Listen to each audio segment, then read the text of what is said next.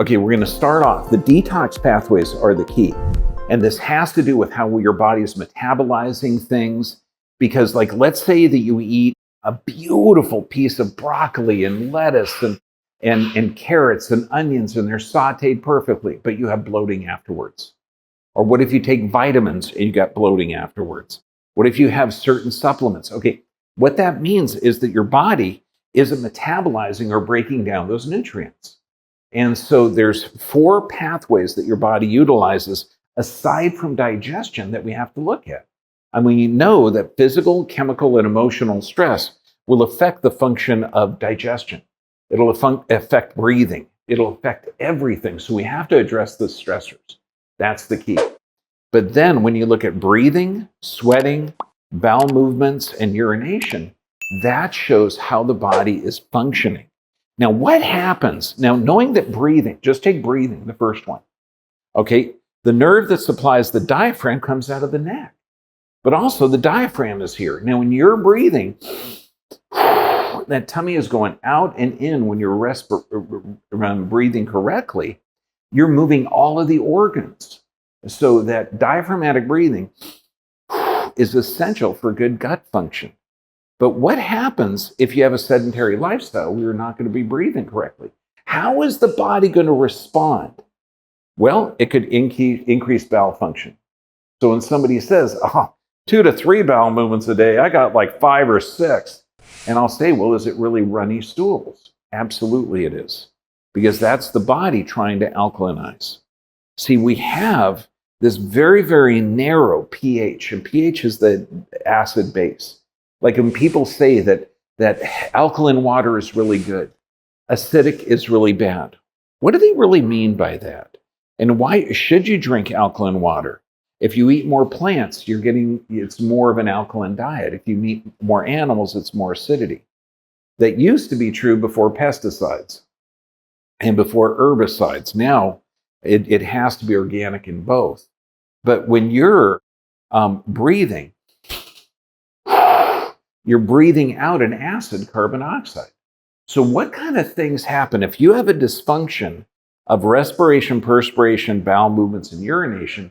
What kind of things result from that acidic environment? We're looking at all types of cancers. We're looking at depression and anxiety. Why? Because the blood gets thick. Your system becomes acidic. Osteoporosis. Osteoporosis, a thinning of the bones, has very little to do with the bones.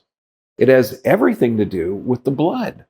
And your blood, I just got rid of an acid called carbon dioxide. If you're not breathing correctly, sweating, have good bowel movements or urination, the blood becomes acidic. So the body goes to the bone bank to withdraw that calcium, okay, in order to get that system alkalinized. So this is why when people come for osteoporosis, can I get adjusted? My doctor says I have osteoporosis. Okay, now, I'm going to ask you a question.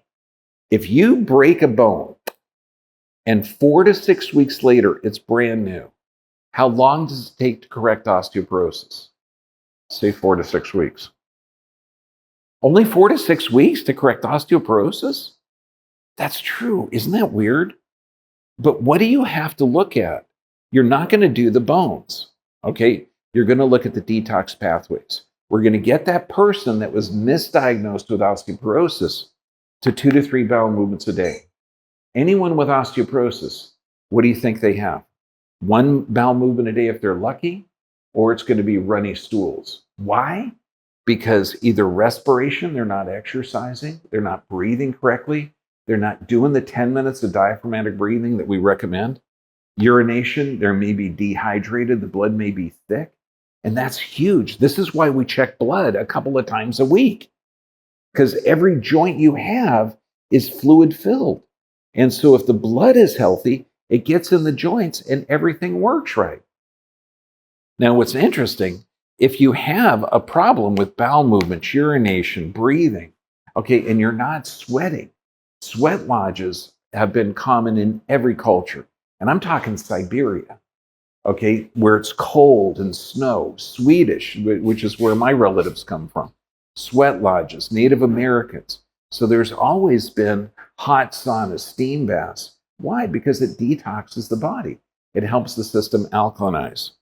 Now, brain fog. Why would brain fog be the result of poor respiration, perspiration, pooping or peeping? Well, because the system becomes acidic. The blood can't hold oxygen. The body is in a stress state.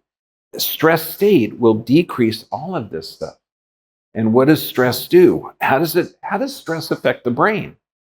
Well, what stress does, it puts your brain in this fight or flight state. When you're in this fight or flight state, you got to remember what a tiger smells like.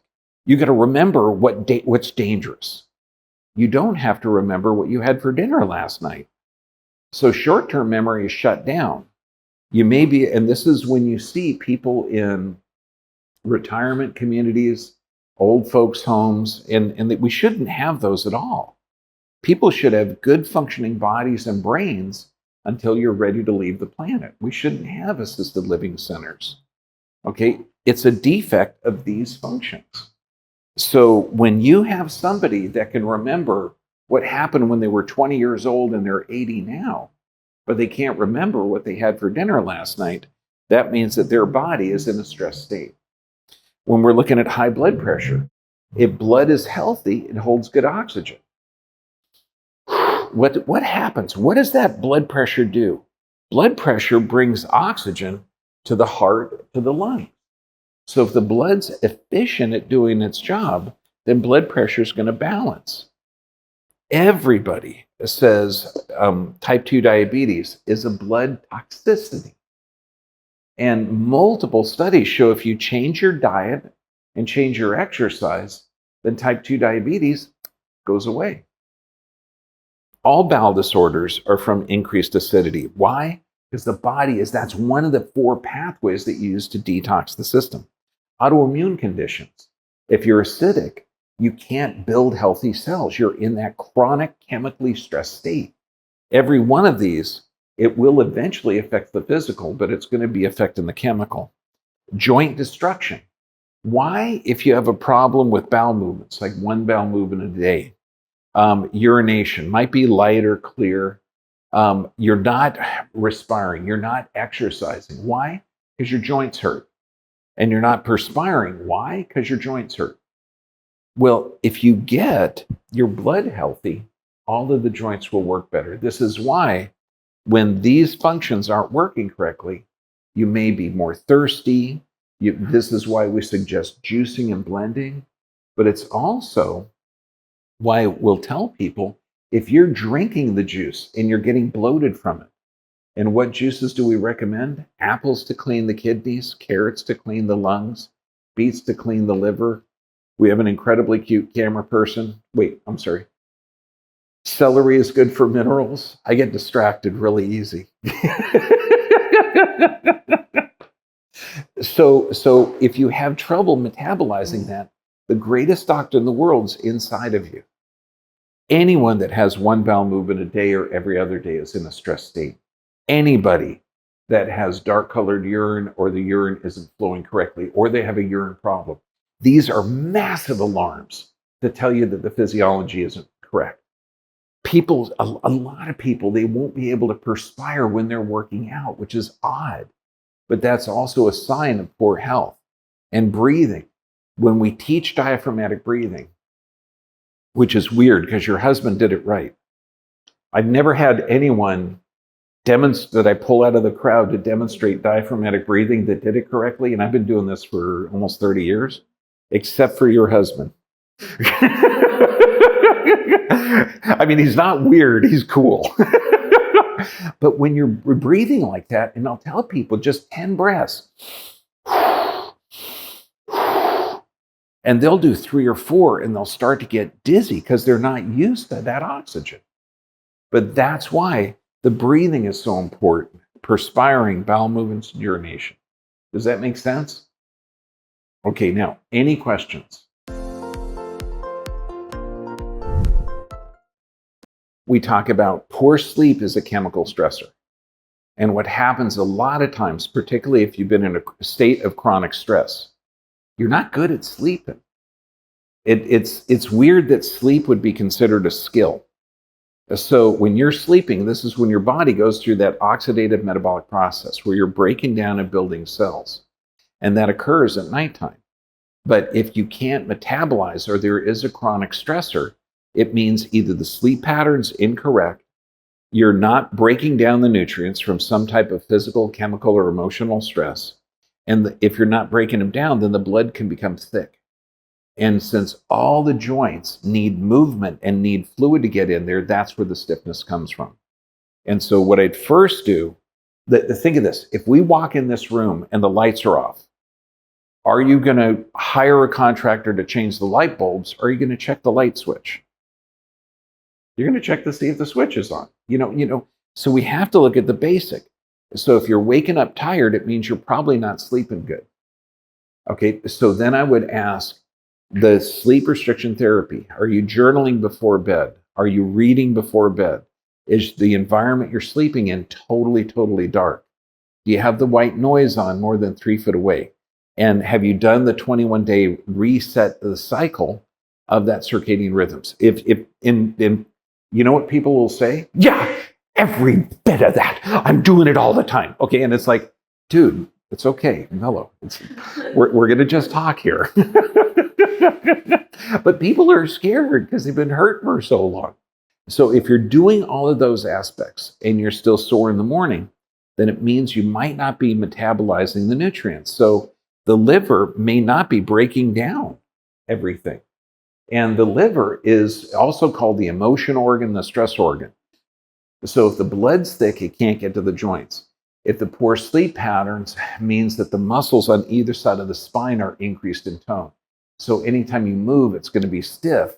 But then with hydration, juicing, and movement, all the joints are going to be corrected. Remember, we have 2 switches in our body. One switch protects you. The other part regenerates. Protection is the fight or flight. Regeneration is the rest and digest. And so when you're resting and digesting, you need that balance. And that mainly occurs at night. But it also occurs all day long. We need a balance of that. So if you're driving in the car, your kids are next to you, you're laughing, you're looking at them, somebody cuts you off and you got to slam on the brakes. So you go from relaxed, cute kids, holy moly, my family's in danger. So those spikes in sympathetic activity are totally normal. What's not normal is to have that level of stress super high. And that's what our society is now. People are looking at their cell phones, looking at, oh my gosh, the polar cap is melting. They're not telling you the 100 million acts of kindness that occurred that day. They're not telling you that there's beauty and love and that people were pulled from the rubble by relatives. The balance of the information these people are receiving isn't real. It's distorted. Okay, so they're in a chronic state of stress. So good sleep or poor sleep.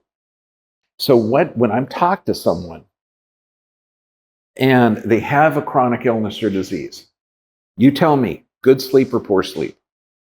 Poor sleep. How many bowel movements a day? Either a whole bunch or very little.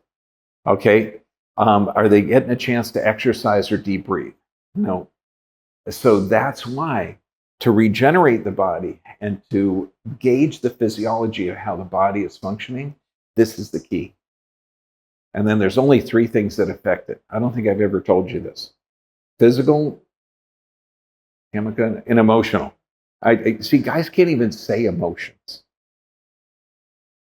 Any other questions? Thank you very much. Kapung krap.